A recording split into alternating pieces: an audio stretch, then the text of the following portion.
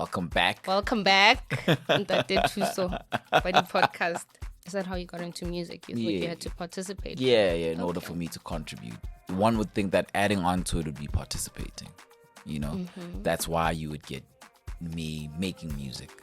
There's ways to help grow this thing. There's ways to show representation. There's ways to, feed other people's ideas as well and show them that they can do certain things. There's ways to communicate, through the medium. So back then, when you were still doing music, what were you communicating through your music? Or what were you hoping to communicate through your music? I think the biggest thing was that, it's okay to be who you are, without any quote-unquote conformity or without having to please other people's or fit into other people's idea of what you're supposed to be. Music is social commentary. Okay. A lot of the times, even if we don't see it. Yeah. So if there was a body of work that you are in tune with now, what are you listening to now? What's on replay? Right now. Like today. Today or at this point in your life. So when somebody says this little project is actually quite interesting, I'll be like, okay, let me go. Yeah. And it's nice to just expand the world. I think that's why I called it Fratpacker world, because just my thing is I want people to extend my world and to broaden it. Grief. Can we talk a bit about grief? Can we? I don't know. A little bit. Okay, cool.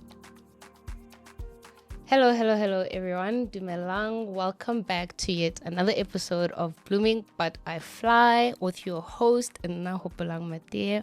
Thank you so much for all the subscriptions. Thank you again for the comments. Like I always say every week, so I really appreciate it. Today's guest is coming back for the second time. Just on the other side. The tables have turned. Hello. How are you? Good, how are you? I'm good. Welcome. Welcome back. That did too so by the podcast. Let me introduce you properly. Today's guest, Kabelo Moremi. And Kabelo is a commissioning editor at one of the leading, it's networks. Broadcasters. He is a content specialist. He is a qualified attorney. He is a podcaster, a blogger, and one of three of the hosts of the podcast, The Sobering. Some call him Fratpacker, some call him Ntate podcast. Yeah. Did I introduce you correctly? Did I think capture so. it? I'm not sure if I'm a qualified attorney. What are you? I know I've got a law degree. I know I didn't do my articles. You didn't do your articles. I'll give you the qualification. I think you're qualified. As long as you say it. And then somebody, you know how people are, how? When did he serve this one? Then he lied. No, you went to our firm. Okay, top 6. We're adding this firm. We will give you the qualification. Oh, sharp. Thank you. Get sharp, winner. I'm fine. Yeah. So with all the roles and hats that you wear and the roles that you play, take that aside. Né? You in the forefront of the media and, facing, how do you want us to know you, according to you? Kabelo Moremi? Wow. The human being that likes the simple pleasures in life. Human being that likes the simple pleasures such as music, outdoors, and good company, good movies, and somebody who really wants to help and to add to the positive vibrations of the world. I think that's the best way to put it. Yeah. Because most of us, we lead with what we do. Yeah. Right? We lead with what we do. And I'm always curious, if you're not a dad, if you're not a mom, if you're not a boyfriend, if you're not a partner, if you're not all those things, and a lawyer and a psychologist, how do you actually describe yourself? Yeah. Okay. So are you introverted or extroverted? I'm an introverted extrovert. Get some things. What does that mean? It means I'm really in my head a lot, right? But I know how to appear as outgoing. Yeah. I have always gotten that sense from you. Like you see, I'm kidding. You seem like an introverted extrovert. I suppose I'm asking that question because I always wonder what it takes for you to actually, or for a person like that to then venture into like an industry that you're in. Yeah. And you've been in entertainment for a while now. It's like over a decade. Yeah.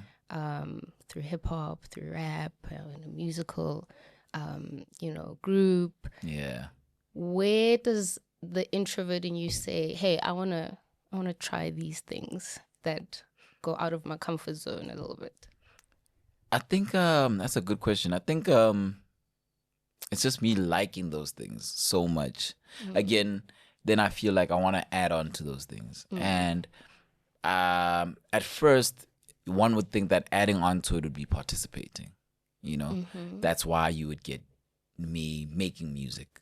Is that how you got into music? You thought you had to participate? Yeah, in order for me to contribute. But then you grow and then you find out, no, there's ways to help grow this thing. There's ways to show representation. There's ways to, feed other people's ideas as well and show them that they can do certain things. There's ways to communicate, through the medium, because all of it is communication, sort of. So once you find the alternative ways to communicate, then it becomes easier. So back then, when you were still doing music, what were you communicating through your music? Or what were you hoping to communicate through your music? I think the biggest thing was that, like, it's okay to be who you are, like, without any quote unquote conformity, or without having to please other people's or fit into other people's idea of what you're supposed to be.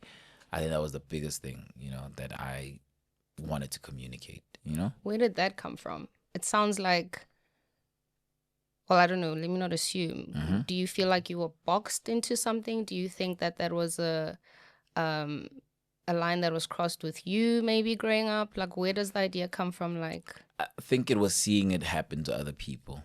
Okay. Yeah. Okay. Yeah. Not being accepted. Yeah, like seeing other people, I don't know, like judge other people or make other people do things that they don't want to do, and for some or other reason, I like speaking for others, sort of. And like sometimes I feel like I internalize others, for lack of a better term, pain. And I'm just like, oh, that's not right. No, it should be like this. No, don't let them do that. Okay, so you're an advocate for people. Yeah. For others. Yeah. Why did you don't see yourself that way? I like the term advocate. I think so. Like through your work in podcast. I mean, I've seen like some of your other interviews where I think you just did one with George. Yeah. And you were speaking about how you want to eventually, or you're already doing it, but you want to like help artists and creatives and advocate in that way. Yeah. I think the last time I was talking to you, you were talking about doing it through a legal route as well. Yeah. So yeah, I think advocacy does sort of capture some of what 100%, you do. 100%. And where does that empath side of you and caring for others and wanting to stand up for others come from? To be honest, I don't know. Like, I can maybe have a dotted line to my mom. Because she was always vocal in terms of things that are injustice adjacent. So yeah, I can give a dotted line there, but like it would happen in drips and drabs from seeing my mom do it, but I think she'd be the one that planted the seed. I don't know, like, holistically, for me to take ownership of it, like where that came from. But yeah, I guess maybe God. Okay. That's also an apt answer, right? Yeah. Say more. Yeah. I think it is. It's a God thing as well. Okay. I don't know. Saying thing after God, it sounds weird, but well, do you mean like it's a call from God to do for others? I think so. Okay. But that's the only way I can explain. I think that's the only way I explain things that are somewhat progressive or positive, that are within me and that I can't explain. Then it's then something above me then. Are you very spiritual? I don't know how to answer that. Okay, well, talk me through your spirituality. I would like to think I've got a very healthy relationship with God. Okay. Yeah, I would like to think so. I go to church as much as I can. I speak to God as much as I can on a daily basis.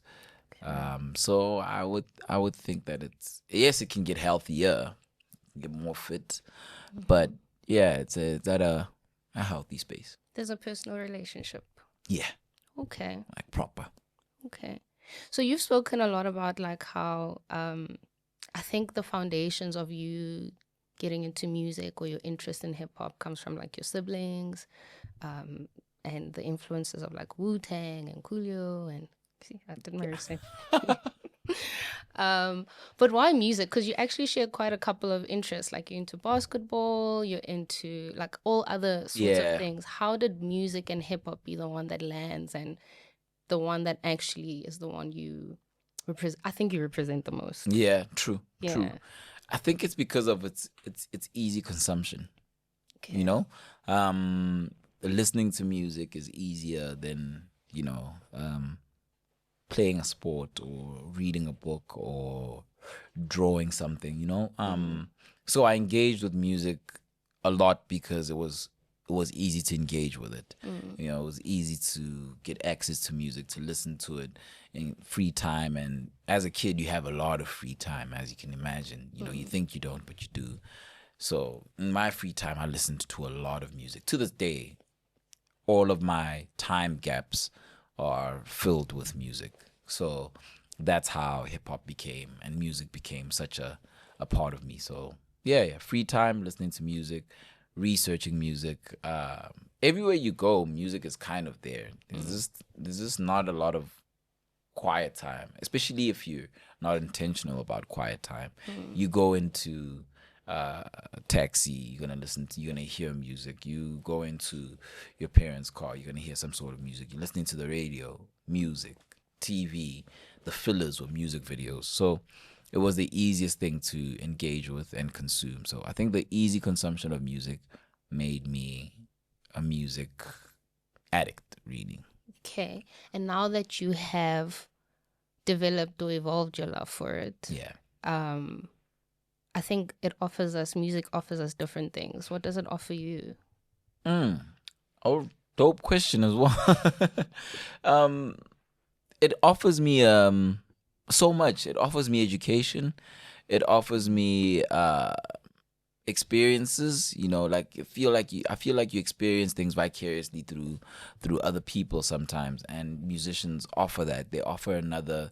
It's like voyeurism of sorts. So it offers that. It offers advice. It offers therapy. It's like so many things in one. It offers celebration. It offers a place of solitude when you're feeling sad. So yeah, that's what music gives me. It gives me all of those things. Like I've learned so much about the world through listening to music. I've learned about philosophers through music. It's really a form of education and a form of learning as well. So that's what music gives me more than anything. At what age would you say you started getting like gripped by a musical influence? Very early. I'm sure like 7. 7? Yeah. What were you listening to at 7? Who is Kabelo at 7 years old listening to? Not that kids don't listen to music, but you'd be surprised. I'm just sometimes curious. like you'd be surprised how much kids listen to music. The thing is, I don't know if it's the same for you, but growing up, now looking back, I had no business 100%. listening to the music I was listening to at that age. Same here. So I don't know, like I mean, because I had older siblings, and whether they were listening to a Brandy or Lauryn Hill or Tupac or Wu-Tang, like Triumph, that was 1997. You know what I mean? Like, and yeah, like the video, I remember it vividly. I remember it being on a cassette Power Rangers, yeah, something weird like that, or VHS. Yeah. So yeah, and I had gotten that cassette from like a friend, and they had taped the Triumph video, by mistake, onto onto that. But yeah, I've listened to music. I remember listening to music at a very early age, and some music I had no business listening to, and my mom knew I had no business listening to it, and she would comment on the fact that I had no business listening to it. But they were playing it. No. Like sometimes I'd get access to it. I remember when I was like 10, then I started like proper taping. I had like my own tapes, and then I'd play a tape like, and we'd be on our way somewhere, and her car system would be like my gateway to listen to music. So anyway she'd go, I'd say like, let me go, as a way to pop a tape in and then listen to music. And sometimes it'll be too vulgar, and she'd be like, pop it out. This is not the one, my son. So yeah. So if we met you back then, like if I met you 7, 10, 11, what kind of person would I be meeting? What kind of kid would I be meeting? Yeah, just a vocal kid. Yeah? Yeah, a vocal kid. Because as you can imagine, I've got so many influences in the house. So I've got so much knowledge coming in informally, just by listening to people talk. I've got all of that. And like we had these books, these childcraft books. And you just randomly read them. And you want to share that information. Just as a kid, you just like saying, hey, you know what I know, type thing. And and I'd want to share stuff that I know. Have you always been an avid reader? No. Okay. No, that also wasn't, I wouldn't call it avid reading. Okay. But yeah, because that reading was child friendly, I guess, because it was like images, big words, with like, bold. Would it not be avid for that age? Maybe for that age, but then it stagnated at a rapid I've pace heard you speak about that. What happened? I wonder what happened. What happened? I wonder, because every time I speak to somebody that tells me how they used to read in their childhood, I was like, how did that miss me? Music. Like, yeah, that's the only thing, because I listen to music the way a bookworm would say they read. Okay. You know what I mean? Like, because there's people that I recently found this out, like, they don't listen to albums. What do you mean? Like, they're like, yeah, I know that song. And I'm like, yeah, did you hear the album? Like, oh, okay, like the full body of work. Yeah, they're like, no. I get that. I think there are some, I can see how that can happen. There are some artists that the full body of work doesn't. And I'm like, what? Like, I listened to so many albums, like the whole thing. Yeah. All the time. Yeah. Like, I listen to albums. I still listen to albums. Like, I have this thing, and maybe it's because of like debating or even law, or like, I can't have an opinion on something if I haven't fully, researched or engulfed myself into it. You know what I mean? Like, so like, I can't say, no, this artist is trash, or nah, this guy's not good if I haven't listened to what that guy has put out. So when people would say, nah, that guy is whack, so I'm like, but they've got a couple of tracks that are dope, and they'll be like what? And then you'll list everything, and then they're like, oh, I didn't know. You're like, so you didn't listen to the album? They're like, no. So yeah, I say that to say, because I was listening to albums, there were people that were reading books, and I wasn't reading books. I did, like, my reading was like magazines and articles. Like, I enjoyed that. Like, I'd buy like a Double XL or Source magazine, and I'd read the articles, and that was quite cool. But in terms of books, I stopped reading when the teachers stopped reading to us. Like, in primary, they stopped reading to us, and then you get to high school. I think the only book that I read on my own accord in high school, and I was reading ahead, Nakon. It was Animal Farm, and it's a tiny book, but that book was so interesting. That also has to do with advocacy, I guess. Yes. Definitely. I read that book, and it's like, oh my word. Okay. It's probably my favorite book. Why? Yeah. I found it so creative how it's George Orwell, né? Yeah, how he equated like the political system and like about Joseph Stalin to like Napoleon. I don't remember that book. We read it. I passed. Yeah, but I don't remember. It was the book about the two pigs, right? There was one big pig, old Major, and he was just like, "Yo, these farmers, they messed up, man. Come on, we gotta do for self. We gotta take this over, sort of." And I think he symbolized Karl Marx, if I'm not mistaken.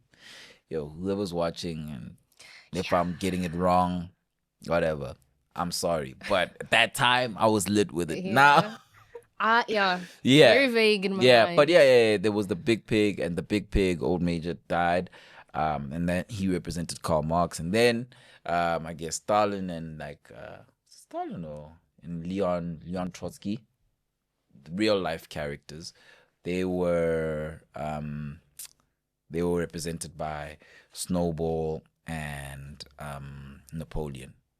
Yeah, Napoleon was the messed up one. Snowball was really trying to be about the people, trying to be about the animals. I'm sitting here feeling so guilty because I'm like, why don't you remember this book? You don't remember that book? I don't remember. I remember I had to read it, and we were examined. And yeah, and then basically they took over the farm. They killed the farmer as animals, and they were like, okay, cool. And then it was like, equality, all animals are equal. But then time starts moving, they get a taste of power, sort of, and then Napoleon gets like intoxicated by this power, and then the rules start changing. It's no longer all animals are equal. It's all animals are equal, but some animals are more equal than others. So why does that story speak to you? I think it just hits in terms of how the world works and how power corrupts, and it was just interesting. Okay. And like loyalty, and how some people don't get they treasure loyalty so much, but the Dreamstream studio in Randburg is a full-service studio on Bromfisher Drive. It's perfectly suited for podcast, music recordings, and general video recordings. Backed up by an experienced editing and production team means you can walk in, record, and walk out knowing that everything will get done as you require.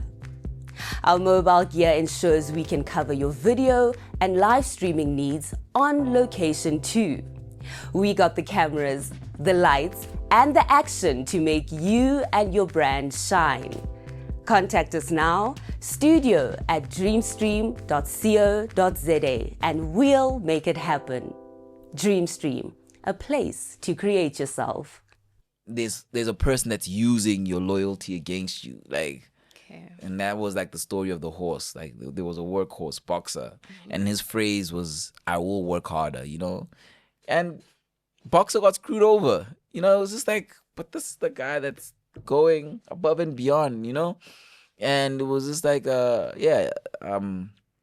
hierarchy and elitism, and it's a beautiful book. So if you were a character in that book, which one would you be? Which one are you? I mean, we'd all want to say, like, I don't know, because I've never been afforded that opportunity to have that much power, like a Snowball, and I don't want to be a blind worker, so I'm not going to be a boxer, So everybody would probably say, somebody that got like a taste of the power and then was trying to do right. So like a Snowball sounds like a sexy character to be, but you never know, if you're given all this power, what you're gonna do with it. What you're gonna do, Beautiful book. Maybe I should go back and read it. Yeah, plus you're like a reader now, right? Yeah, but I don't know. And it's a tiny book. It's like this big. I'm sure it's less than 200 pages. I'm sure. But it sounds so political and philosophical, and also it is. It sounds. But you have to read it with the subtext, right? And that's what reading it within the curriculum does, right? I don't know if I just picked it up and just read it as a book, would I have picked up on the satire, or would I have cared to research what it was depicting, you know? But yeah, when you're reading it as a prescribed text, they give you the notes of the satire and where the satire is and where the political commentary is. So reading that with those notes was so interesting. It was like, oh snap, this is how the world works, you know? Is that how you feel about music? Like that it's telling a story that way, and listening to the body of work. Is that your form of storytelling? Yeah. Okay. Yeah. Music is social commentary. Okay. A lot of the times, even if we don't see it. But Yeah. yeah. So if there was a body of work that you are in tune with now, what are you listening to now? What's on replay Right now. Like today.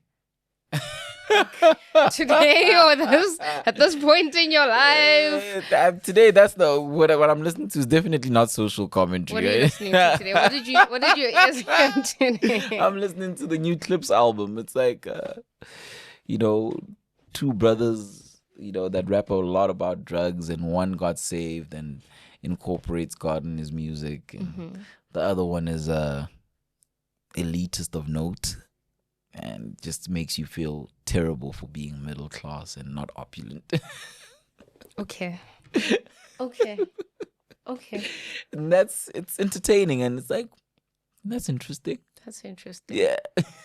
So you're a family guy. Let me pivot. You're a family guy. I think my perception of you is community means a lot to you through, like, you've got what seems like a solid group of guy friends. You speak a lot or about your family, your siblings. You're in business with your siblings. What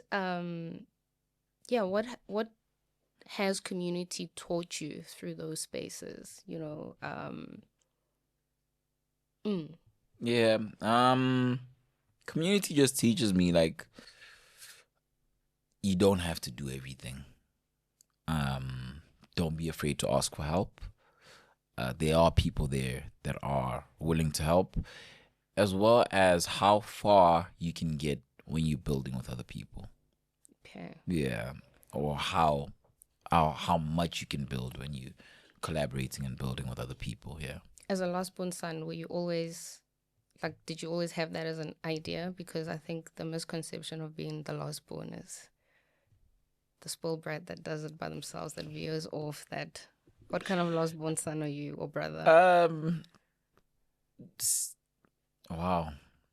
I joke a lot about my last bornness. I'm always like, I'm like the best young sibling. How would your siblings describe you? How would they answer my question? I don't know, but I think that if they had a glimpse of how other younger siblings act, they'd see how good they should be grateful. I give light headaches. Yeah. I give light headaches. I say that to my mom. You don't know what other kids are doing out there, you know? So I'm one of those. I say such things a lot. How have your siblings shaped, like, your worldview? Yeah, I'm like a Voltron of all of my siblings, you know? Okay. My brother was into music, my sister's into television, my elder sister's into style and fashion, and so you just integrated everything. I integrated everything. Yeah, I think and then, like, my mom was definitely like an advocate for school, and then I'm a big advocate for school as well. Yeah. Yeah. So I think you've spoken about that she took, like, the traditional go to school, get a job route, and dad was is the entrepreneur. Yeah. And you've done both. Yeah. Do you have a preference for either one? No. Like, if you were to do it over again, would you follow the same path that you have now? Yeah.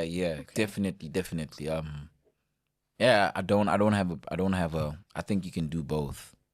And I think that's my whole thing. It's like, people always want to, it's one or the other. Like, there are a lot of cases where you can do it all. You know, you can do it all. Like, we're in the age of polymaths, you know, and and they've taught us that we can do. Do you think you can do it all at the same time, or one has to give way for the other at some point? Like in terms of navigating that strain and the stress and. I hear you. Yes, sometimes you need a breather from one. Like you have to put one down to carry the other one to where you need to carry to and come back for the other one. But what I'm saying is basically in this lifetime, it doesn't have to be either or. Fair. Yeah. Fair. And your love for journalism, right, has now come back. Yeah. Is it back through the podcast, or are we going to see it take shape in a different way? It was through the podcast. And then you just wake up and you're just like, wow, people don't write a lot anymore, you know? Or if they do, I'm ignorant to it. And pardon me for that. But then I was like, you know, I also miss just like blurting out or like just like putting my thoughts on a page and just typing them out here and there, or even just voicing them out unilaterally. But I was like, yo, I'm gonna blog again. That's what I did. I think you just posted a piece today on, what's her name? Lizzo, right? That was a surprise. Like somebody said, yo, listen to this album, and I was like, okay. And I was pleasantly surprised. Why? Because I never thought that I would listen to a Lizzo album. Okay. And it was just... You seem very open-minded to me when it comes to music, though. You seem to have like a wide range of... Yeah. So if somebody would say, listen to this, I will. Okay. You know? But sometimes some things aren't within my radar, you know? So I won't traditionally put on a Lizzo song. You know what I mean? So when somebody says, this Lizzo project is actually quite interesting, I'll be like, okay. Let me go. Yeah. And it's nice to just expand the world. I think that's why I called it Fratpacker World, because, you know, just my thing is I want people to extend my world and to broaden it. And when people are like, yo, check this out, it's nice, because then I get to write about something that I never thought I'd write about, you know? So if you were to describe what you aim to do with the blogging, what you aim to do with the podcast, which you aim to do with other spaces that you enter, what is the goal for each one? What would you like to achieve for each one? It's all documenting. Okay. It's all documenting. Just to have a reference point, or to give people a reference point in terms of if they're looking for something, you know, and yeah, help people, help artificial intelligence as well. Are you creating your own The Source? I don't know. I'm not yet. Maybe, but maybe for the generation now, like where you would buy magazines, we read your blogs. Maybe. I mean, I'm not opposed to that. You know, I just know that, you know, with creating the blog, a lot of it was just like low key a bit self-indulgent. Okay. You know, it's only when like people would say, "Yo, can I give you an article?" And I'd be like, yeah, sure. And I'll just post it up. That's when I saw that it's not just about me, you know? And that was the really dope part of it. Like, one of my favorite parts of it is like when somebody says, yo, I wrote a piece. Can you publish it? And I'm just like, why not? Just send me a dope image. Yeah. Where does that generosity come from? The thread of generosity in you? Crazy. You know, I just came off a church series called Generosity. It was like a 4-week sermon series on generosity that we just wrapped on Sunday. Do I don't see know. yourself that way? I can see how it would come across as generous. But I don't know. Again. Okay. You experience yourself differently, perhaps. Yeah, I never really, until we have conversations like this, I never really classify or, you know, label anything that I do. You know, it's just like I'm just doing stuff and doing stuff that I like, you know? Okay. And then when somebody just like points out a thread of something, then I'm just like, Wow. Well, that makes me wonder then, like, if you're pouring into so many people, who pours into you? I think that all of my loved ones do. Okay. Yeah. Okay. My friends, my family, they all speak life into me. So you just take a humble stance to maybe not notice yourself. No, I do notice myself. I love myself. I don't think. Don't get it twisted. He said, no, wait. Okay. Maybe certain acts, because man, it's just like everybody's got like some dopeness to them. But imagine like if we were always hopping on the dopeness, like when do you even experience the dopeness if you're just talking about it and like marveling at it? Or I suppose it's like I'm probing for whether you healthily live in balance. Because there's some people who don't they give, but they don't recognize what they contribute, or then they don't see themselves. So you just said, I love myself, right? Yeah. Not everybody feels that way. Yeah. Did you always like and love yourself, or did you grow into that? Nah, I've always loved myself. I love that. Okay. I would like to believe so, but Okay. like yeah, what I have learned to do is how to actively practice things that correlate with loving myself. What do you mean? Like taking walks, runs, and trying to keep fit and trying to be disciplined. The act of discipline is really an act of loving yourself, because you're teaching yourself and you're growing yourself, and that is an act of love. You're nourishing yourself, So I've learned how to be progressively disciplined in certain things that are progressive to me, And I think that self-love and self-like, or whatever you want to phrase it as, is important in the spaces you're in, right? 100%. Because I engage with a lot of people where they're in like the spaces you're in, and I think those spaces consume them so negatively. Yeah. Because of a lack of maybe discipline or liking themselves or loving themselves. True. Yeah. You've managed to like be so unproblematic in your spaces. How have you managed that? Because I think your industry is like, why are you looking at me like that? What does that mean? What does that look mean? Because I don't think anybody's like totally unproblematic, But I understand what you're saying. You think you've okay, I suppose my experience of just observing you is you say what you need to say, you ask what you need to ask, but there's been no scandals, there's no, and you're in an area where your opinions can like come back at you. Yeah. But you always manage to, I don't know, you've just managed to not. Yeah, I think also, some things don't need to be said. Like, so if any negative energy comes towards me in that area, like opinion-based things, to be honest with you, I just ignore such. Okay. Yeah, because that doesn't matter. So it's not that it hasn't come, it's how you react to it. It's always how you react to it. Because sometimes you give life to something that's so tiny, and when you react to a tiny negative seed, this weeping willow, or what's that big tree? Yeah, weeping willow, ne? Yeah.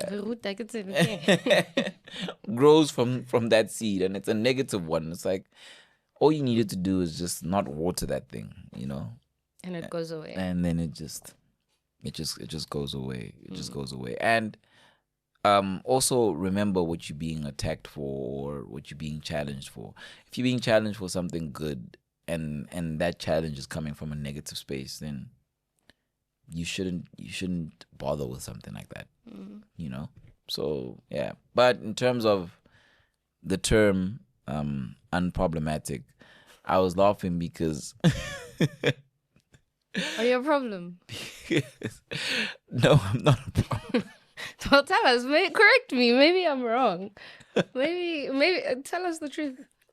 Are you problematic? No, I'm not, but I understand how somebody could take it as, yo, this guy's a lot.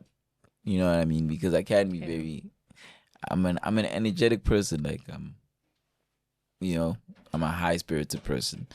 So, as you should be, right? Yeah, so yeah. for like what you Yeah. do, the spaces you're in, sorry. Why would that be problematic? That could just be irritating. Fair. Okay, fine. And some people might find irritating I problematic. don't know that we want a quiet MC or we want. I hear you, but Yeah, okay. yeah, Okay. yeah. Because you must remember, some people just want cool. What's cool? Just like, Calm. yeah, chill. That's the vibe. And then when you're coming as a rah rah rah rah, Yeah, but imagine if we all like came the same. 100%. I think with you. would be like so low. I'm with you. Okay. All right. Maybe let's pivot to something serious, right? So you've shared. It's okay. You've spoken a little bit about it. Yeah. Grief. Can we talk a bit about grief? Can we? I You don't want know. A little bit. Okay, cool. Well, let me ask, how processed is the grief? Considering that grief is forever. It's a lifelong journey. Is it processed? Well, yeah, where is the process? Let me ask it that way. Yo, that thing comes in waves, man. It comes in waves. Like, sometimes you like, you look at it from a positive perspective, like, wow, I got to experience this person in the greatest way. You know what I mean? Left it all on the floor in terms of, how much I love them and all of that, But then sometimes it hits like, yo, things were just amazing when this person was here. And if you're going through a bad day, you're like, would I be having this bad day if this person was here, So it comes in all of those waves, and they don't stop. No. They don't stop. But I was watching this other podcast. I think it's the popular one with the Jay Shetty, yeah. And he was speaking to this other lady. I forgot her name. On purpose, yeah. Yeah, it's the On Purpose podcast. Yeah, she's a writer, British lady. I forgot her name, but she was speaking about her journey in terms of grief, and she said something like, she's like, never stop documenting the moments you have with your loved ones, because those memories live on forever. And you don't need to, just like replay them in your head or things like that. You can actually just like play a video, listen to a voice note and things like that, and or look at a picture. So I say that to say this: me being irritatingly problematic, I'm thankful for that, because I would annoy my mom with all of that, with taking Videos. video, telling her to do something weird that's like, she's like, and she'll do it just to get me off her back, just recording conversations that I had with her, and anytime she's chilling with my sister or my siblings, and I'll just whip out the phone and record that. And I'm so happy that I did that. Like, I can't explain how. Because you preserved something. Yeah, For yourself and like, others. and like now and then when I'm having the downest of days, I can just pull out my phone and watch a video or listen to a voice note. And so, I mean, that lady said it on the podcast, like, just like almost like a call to action.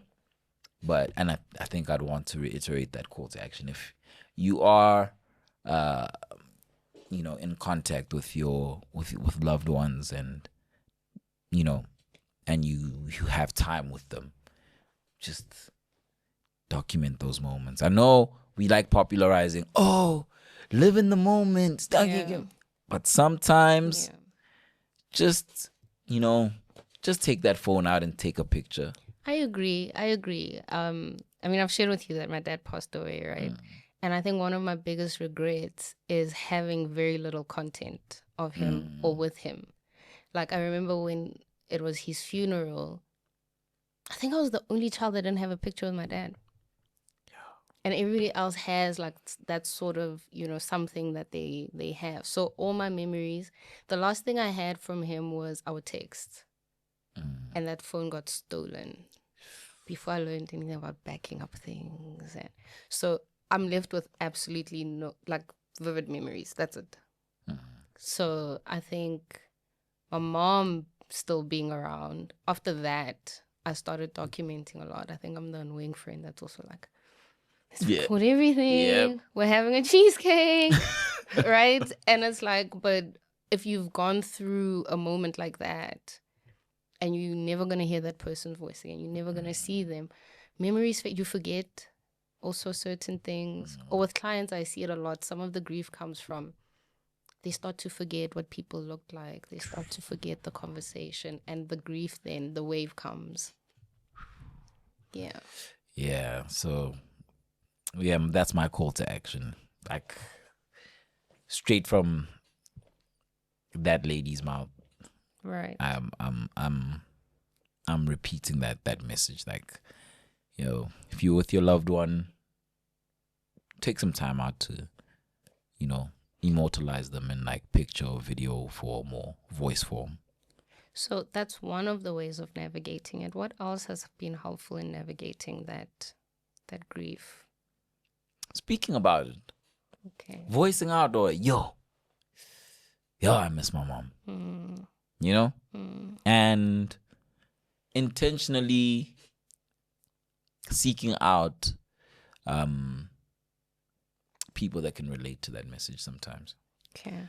And that doesn't mean like even like this, like songs.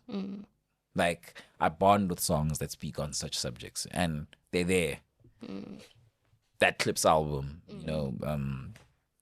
opens with the verse, and the first 3 or 4 bars from Pusha T, he says, my mom's youngest, I can't believe I'm navigating life without my compass.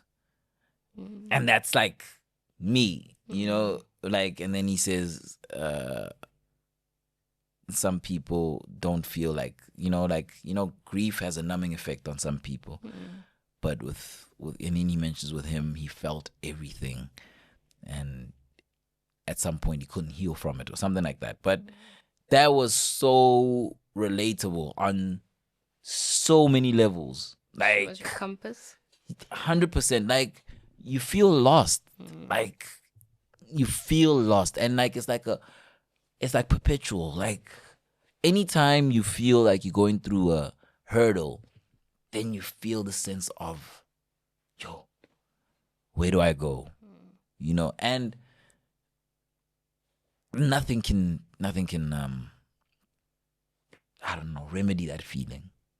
Like, when it's there, it's there. Only time. It's like it passes on, but when it's there, it's there. There's no panado for it. There's nothing for it. And I don't think they should be. And you know what? You know what I mean? Maybe like you really person left. Yeah, you just have to feel it, So I do things like that. Like, there's also the Nasty C the song that he has on his I Love It Here album. The first song. Yeah, where he speaks on his mom. Yeah, and he talks about the moment when you get the call. Not like you get the call, but like when you're like, yo, there's so many cars outside. That's the day, and I'll replay that day, like, and as sad as that day was, but like replaying it, like, kind of strengthens me sometimes, Okay. in a weird way, but it does. So yeah, like I listen to so many songs that like speak on grief, and that's the beauty of music as well. So in those moments where you feeling lost and your compass isn't there, what are one of the phrases or things she would have said to you, or that bring you back, or that ground you, or that you remember about mom? A lot. I had a lot of conversations with my mom. Were you a mama's boy? Or Yeah. Daddy's boy. Like 1,000%. Like to the like that was my hero, man. Like it doesn't get better than that person for me. So how did that change for dad, or your different roles in your family, even for your siblings? Like, did things shift? Like, how did things shift for you guys as a family? Yo, you don't understand how much the person did, like properly. Like, this person was everything, né? But like, yo, this person did everything. And now you guys have to you have to share the everything now. Yeah. And you just like, you're just like, hey, or see like I'm saying it. But the beauty of it is that person mentally equipped you to take on the everything.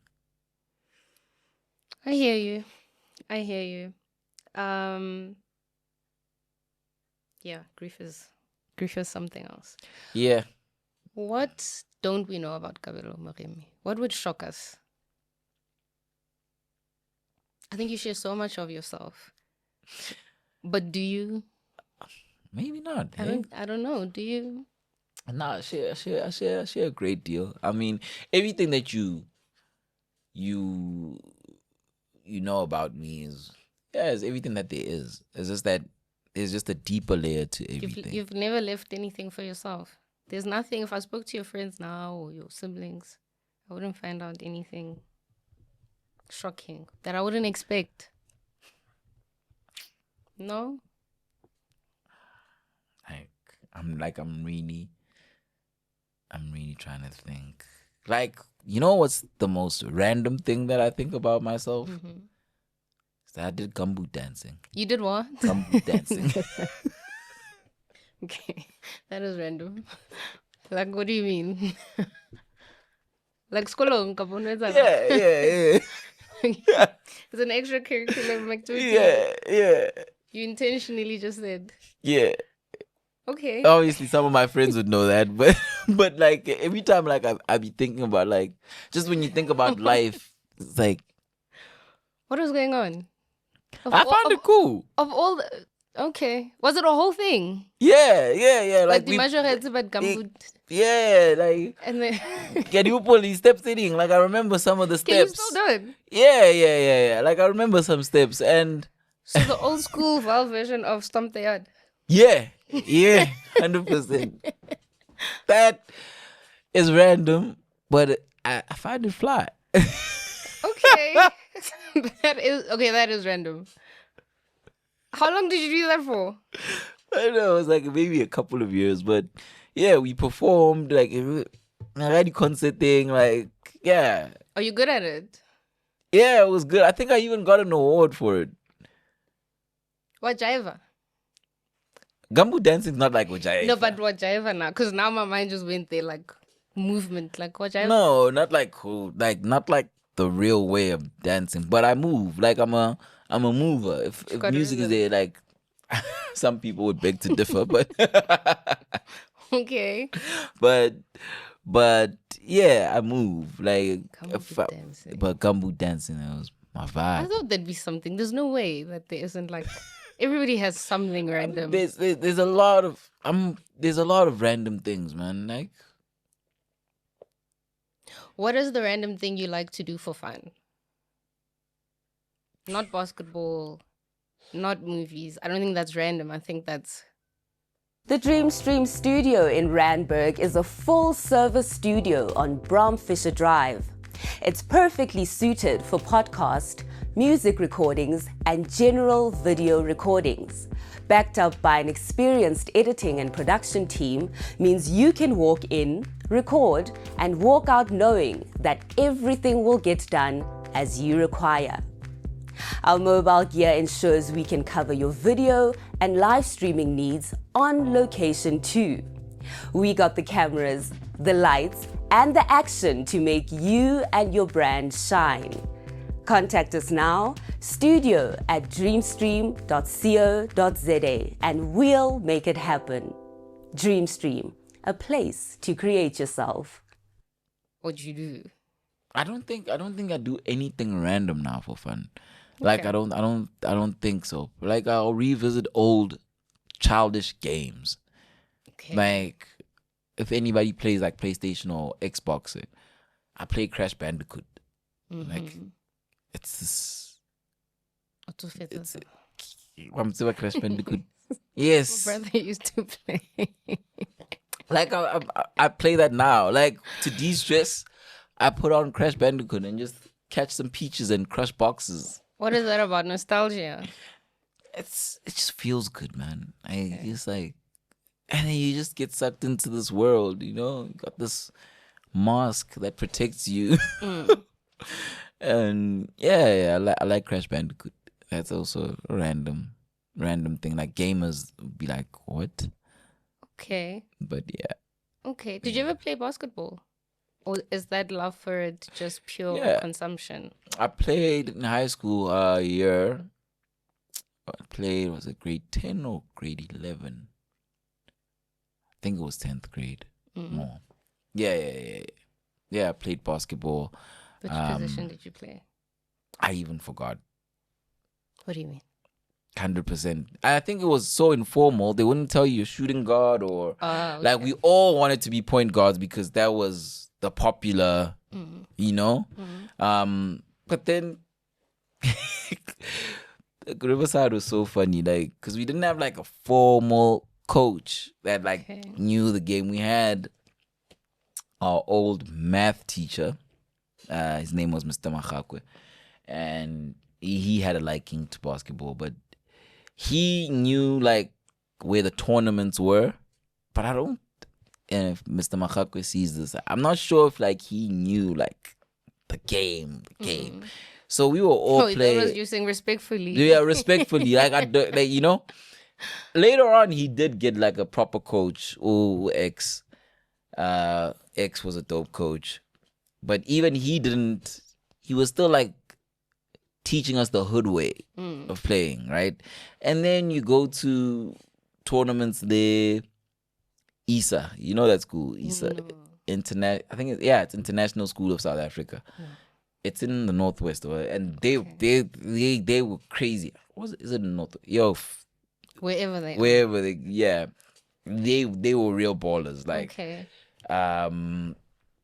Bishop Baven, they were ballers, you know, like, and then we'd go to, like, these tournaments and we get our ass kicked. Like, well, if you didn't know what position you're playing, what were you playing? It was It was lit. But, like, yeah, we played. But then debating came into my world, and then that was giving me more opportunities than basketball. And, you know, like, basketball, you just training, but there's, like, no matches. Like, we played matches, and it wasn't like a grueling tournament, or you played like a tournament every once in a blue moon or whatever.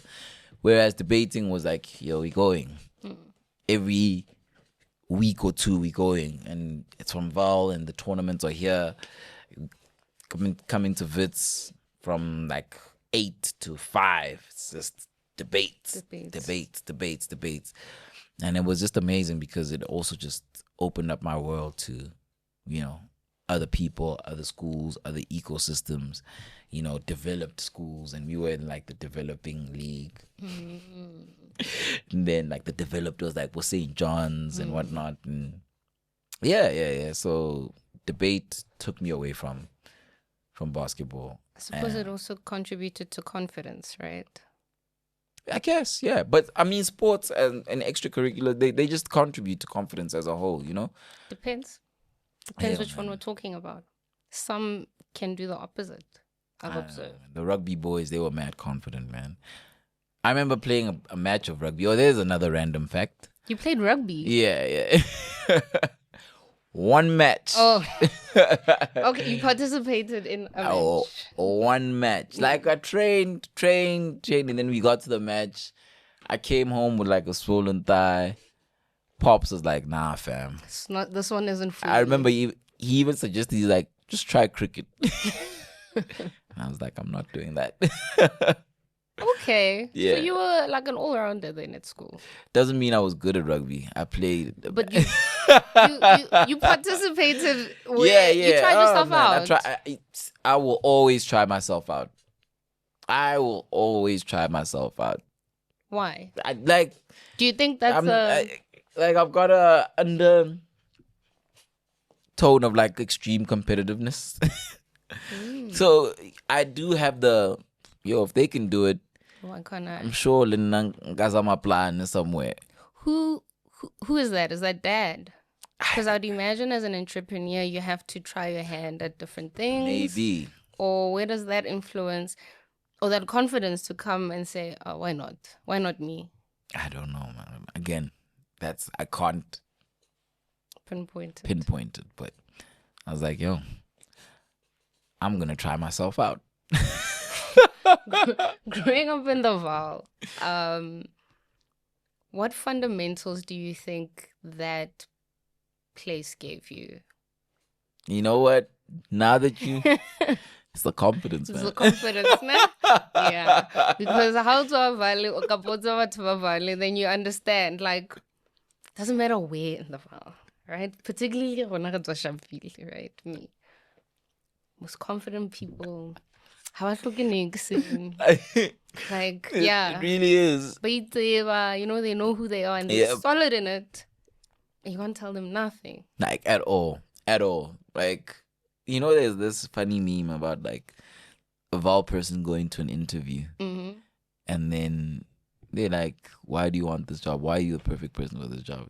And they're like, yo, I'm here.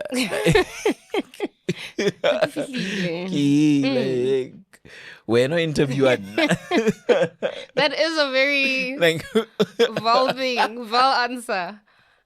Okay. So did you struggle with small town, big town transition or no? But that I can attribute that to exposure, because my siblings had already gone to to here, Joburg, and then I'd visit or they'd bring me along to certain events or things of that nature, concerts and whatnot. So when I got here, there was familiarity. Like there was no, oh my word, what's this? Yeah, there was none of that. So yeah, I can pinpoint that to my siblings and my mom. Because she didn't like Vaal malls. So like when it was like a shopping experience time, or she would always come to like Joburg malls. Okay. So yeah. Okay. Yeah. So yeah, I think it was. Yeah, we were exposed, if you could call it that. Yeah. Yeah. And it's also not like Vaal is like. It's not like really rural or out of. But I think it is different. It is 100%. I think it is definitely different. So what would you say has been like some of the challenges in your journey, in your career, considering that you've taken so many different paths? What have been the challenges and what have been the lessons? Discipline. Sometimes I didn't exercise the right amount of discipline, or sometimes I don't. Still. Yeah. Discipline is it's like a fight. It's like a fight. Sometimes you don't feel like. Yep. You don't feel like, and then when you don't feel like, sometimes you actually don't.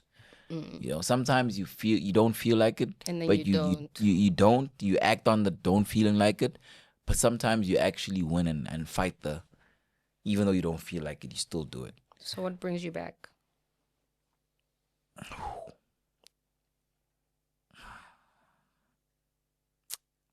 I think knowing that I really want to meet the person that I feel is the best me. Who's that? What does that guy look like? What does he sound like? And that's exactly why I keep going. I want to know. Okay. You know, I don't think I've met that guy, and I wanna know that guy.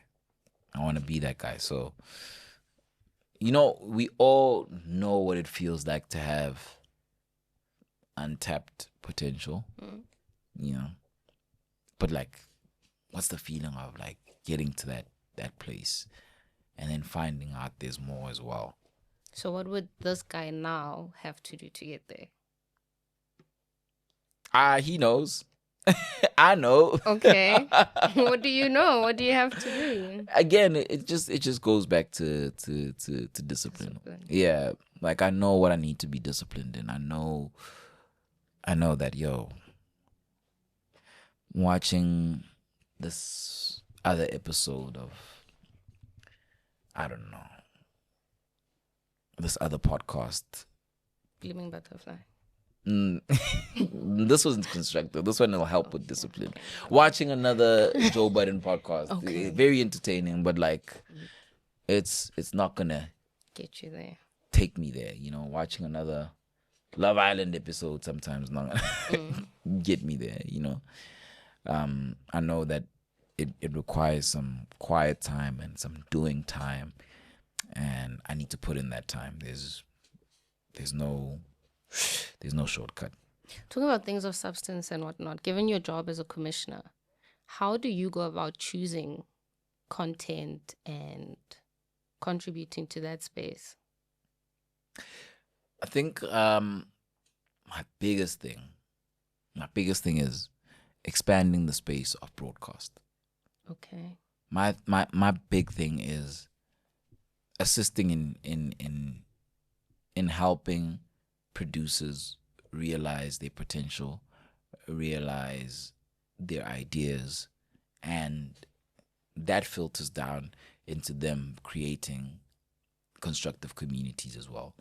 Because if you afford a producer an opportunity, they're going to give opportunities to so many other people. It's a chain reaction, and that is my biggest thing. It's not even about like substance more than anything. It's about really building a creative economy or a pillar in the creative economy that is sustainable, that is a force to be reckoned with, that is profitable.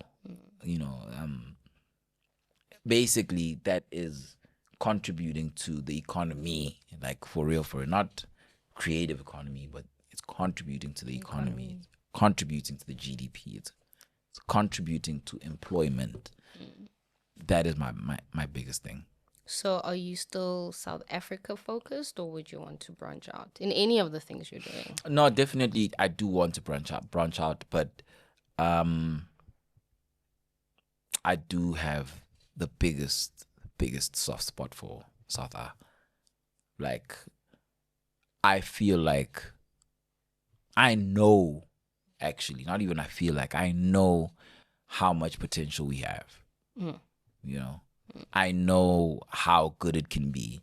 And I know that it's actually possible with the right mindset and putting in the right energy into it, you know. And if I can be part of the solution, happy. If I can just be a part of the solution, I'm happy. What do you think the solutions are? Because I think, like, when you speak to people in the field, a lot of people are frustrated. Like, yeah. Yeah, I think a lot of people are frustrated. Yeah. But it's a hard time. It's a hard time in the economy as a whole. And you must also remember that we service a luxury aspect of people's lives. the pleasure aspect, the nice to have aspect of people's lives, right? So you can only imagine that when it's a time to cut down and, focus on necessities, the first thing that goes is the niceties, right? So can you imagine if you're not building this economy to feel like it's a necessity, So it's a hard time right now because it's pleasure-based. But even though it's pleasure-based, remember the fact that it is putting food on the table for so many other people. So if you are saying, I can do without this, or worse, if you are saying, I can access these people's product elsewhere, kakona, piracy, like you're taking food out of someone's plate, and then you're worsening the situation. You're not adding to it at all. You're not adding in a positive way. So yeah, I get the frustration, but unfortunately the frustration is motivated by factors that we can't control. Because it is a service that people need to pay for. Entertainment is a service that people need to pay for. Music people are feeling it. Art people are feeling it. Broadcast people are definitely feeling it. But all we can do is brainstorm and find ways to keep this thing afloat, keep it lucrative, keep it creative and inspired as well, all at the same time.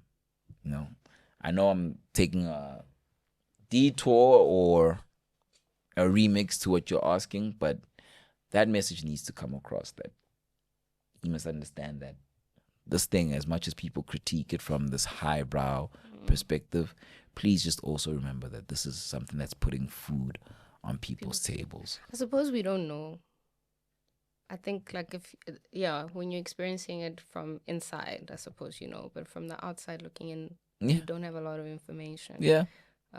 Or our opinions are based on ignorance, perhaps. And I get it. I understand, right? Because it's like it's watching moving pictures and you're just like, But to get those moving pictures onto that box takes a heck of a village. A heck of a village. And these people have sacrificed so much for them to put those moving pictures onto that box. So you're going to be the guy, in my perception, that builds a legacy in the media. Just by virtue of...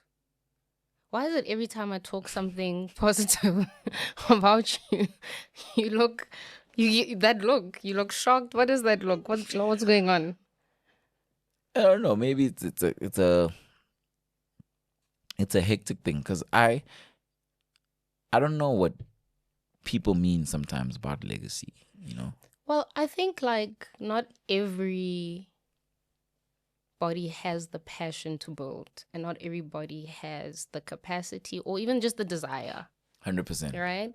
So I think when you have that sort of spirit or that energy or that want, legacy happens, which is just what follows your story. How we're gonna speak about the things that you've done or who you were in that space or those spaces.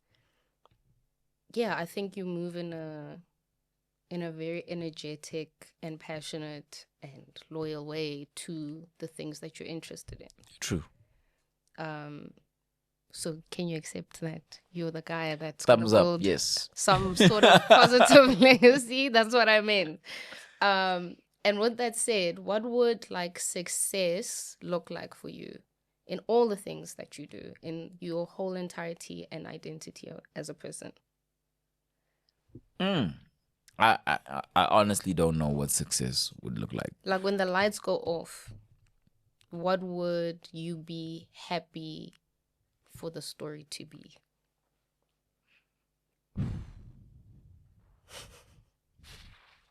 Those existential questions.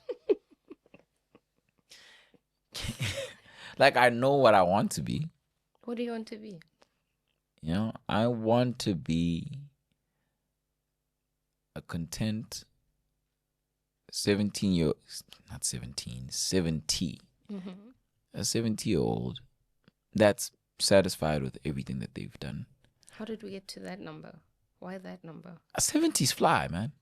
Okay. I know there's a lot of people that don't want to. I want to be. Why not 80? Why not 90? Nah, because I've got reference of a 70-year-old. Okay. Okay. And I can see how cool he is, you know, and Is that dad? yeah, Okay. you know, like super cool. And I want to know what that version of myself is like, you know, and I know that it'll be super fly, super educated, and still somehow eating off of education. Okay. Even at that state, you know, still mentally active as well, and in a place where I don't have to really worry about anything else, you know. Okay. It's me, it's academia, and old flyness. And focusing on the craft. Isn't that what you said to all of us not so long ago? 100%. Just focus on the craft. That's what I always need to remind myself. Focus on the craft. Yeah. And I'm glad that George put that as a soundbite because I can always refer to it. Because it's hard to stay focused on the craft. It really is. Yeah, We live in a very noisy world, yo.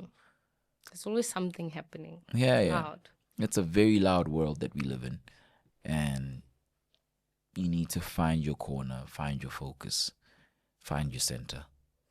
So my last question, apart from focus on the craft, if you could speak to your younger self as a son, as a brother, as a creative, what would you say to him? This is something I've said before. Read. Read. Okay. Read. Go back. Man, that reading muscle, I'm so mad that I'm like, What do you think it offers us, reading? so I'm back at school, right? And it gives you a muscle, you know. It just gives you a muscle that's easy for you to flex when needed, Okay. you know. And it just gives you a mental reflex that other people don't have. I think there's like a, and I saw the thumbnail, but like there's a difference between the brain of a reader and the brain of a non-reader, or a person that reads more than the average person. And the benefits there are, you know, extremely higher than that of, you know, casual reader. So the reading, I think, is super, super, super important. Oh my gosh, I said my last question. So you're back in school. Yeah. What are you doing at school?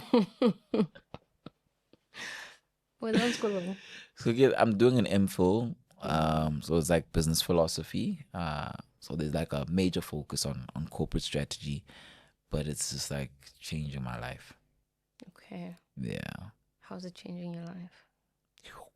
Because you learn so much. Mm. And then, yeah, you know, when you feel like, wow, I've wasted so much time. Not a good outlook to have, I know. You know, because at least now you know. I wasn't going to stop you. If you feel like you're wasting time, I was just going to ask you. But that sigh said a lot. But yeah, it was just like, yo, Okay. use your time wisely.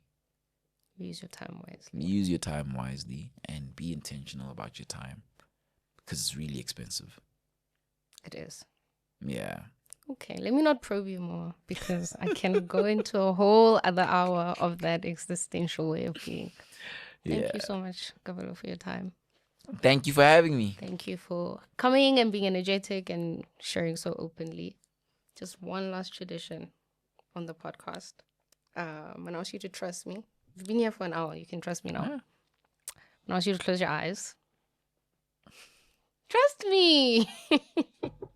Fatung, Alright, cool. trust me. Eyes closed. It's just me. We're going to activate your 5 senses. I want you to see the images in your mind. Focus on the sounds you can hear, how the garments on your body feel, the taste of your beverage, things you can smell. And I want you to think, blooming but I fly, Kabelo Moremi. What's next for you? Am I supposed to answer that now? Yes, you're supposed to think out loud with us, please. Do I open my eyes now? You may or you may not. Alright, Whichever one. What's next for me? Hmm. Driving home. Okay. Okay. Fine. Fine. I hope you drive home safely. Thank you. I hope it's a safe journey. Thank you. It's metaphoric, so Let it be a safe, steady journey. thank you. All right. Thank you. Bye-bye. Peace.